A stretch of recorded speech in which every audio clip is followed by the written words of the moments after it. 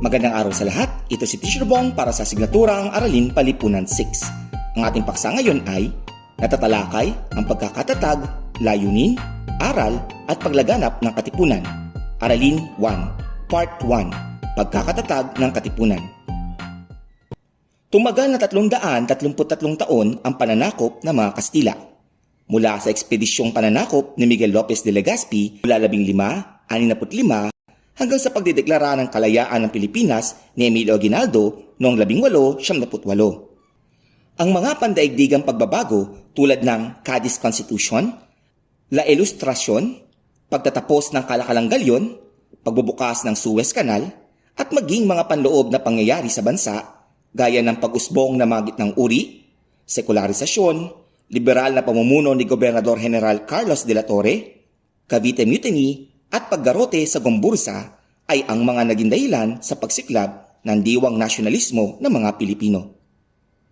Hindi naging matagumpay ang mga dialogo na pinumunuan ng mga kilusang propaganda sa Espanya upang tunay na mapabuti ang kalagayan ng mga Pilipino. Kalaunan, ang rebelyon ay nauwi sa revolusyon na gumamit na ng dahas upang puwersahin ang mga Kastila na tayo ay palayain. Rebelyon mula sa pananaw ng namumuno. Ang paglaban o hindi pagsunod ng mga nasasakupan sa namumuno. Revolusyon mula sa pananaw ng nasasakupan. Ang paghiling ng pagbabago ng mga nasasakupan mula sa namumuno, payapa man o may dahas. Isipin mo ang lobo ay patuloy na hihipan hanggang sa pumutok. Ganito may lalarawan ang damdamin ng mga Pilipino laban sa mga Kastila. Ang mga pang-aabuso, kawalan ng mga karapatan at hindi patas na pamamalakad ng mga Kastila ay umabot na sa puntong hindi na kinaya ng pagtitimpi kaya sumabog ang galit ng mga Pilipino. Nang madakip si Jose Rizal, ilang araw matapos itatag ang La Liga Filipina, nawalan na ng pag-asa ang maraming Pilipino na magkakaroon pa ng kalayaan o kahit reforma man lang sa mapayapang kaparaanan. Reforma, pagbabago, La Liga Filipina, samahang itinatag ni Jose Rizal sa Pilipinas upang direktang humiling ng mga pagbabago sa mga namamahala sa bansa. Sa gabi ng hinatulang ipatapon si Rizal sa dapitan, ikapito ng Hulyo 1872, ang mga dating miyembro ng La Liga Filipina, sina Ladislao Diwa, Teodoro Plata, Andres Bonifacio, Jose Dizon, Valentin Diaz at Bricio Pantas ay nagkita-kita sa bahay ni Diodato Arellano sa 734 Calle Elcano, Corner Ascaraga, na ngayon ay Claro M. Recto Avenue, Tondo, Maynila. Dito ay nagkasundo silang wakasan ang pamumuno ng mga Espanyol gamit ng mga sandata at puwersahang makamit ang kalayaan.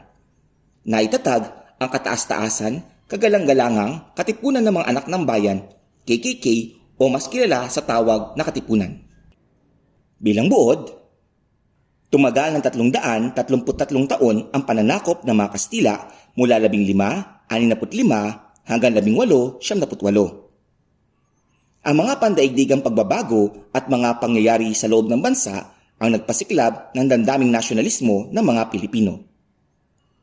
Rebelyon mula sa pananaw ng namumuno, ang paglaban o hindi pagsunod ng mga nasasakupan sa namumuno. Revolusyon mula sa pananaw ng nasasakupan, ang paghiling ng pagbabago ng mga nasasakupan mula sa namumuno, payapa man o gamit ang dahas. La Liga Filipina, samahang itinatag ni Jose Rizal sa Pilipinas upang direktang humingi sa namamahala ng bansa ng mga reforma. Reforma, pagbabago, pagpapabuti ng kalagayan. Itinatag ang KKK o ang kataas-taasan, kagalang-galangang Katipunan ng mga Anak ng Bayan noong ikapito ng Hulyo 1872 sa bahay ni Diodato Arellano sa 734 Calle Elcano, Corner Ascaraga, Tondo, Maynila. Ang mga nagtatag ng KKK ay sina Ladislao Diwa, Teodoro Plata, Andres Bonifacio, Jose Dizon, Valentin Diaz at Bricio Pantas. Ang susunod na aralin ay natatalakay ang pagkakatatag, layunin, aral at paglaganap ng katipunan. Ang mga layunin ng katipunan. Pakiclick ang like, subscribe at notify icons para manatiling updated sa ating mga bagong aralin. Maraming salamat sa iyong pakikinig. Ako si Teacher Bong na nagsasabing, learning is fun and for everyone. Hanggang sa muli!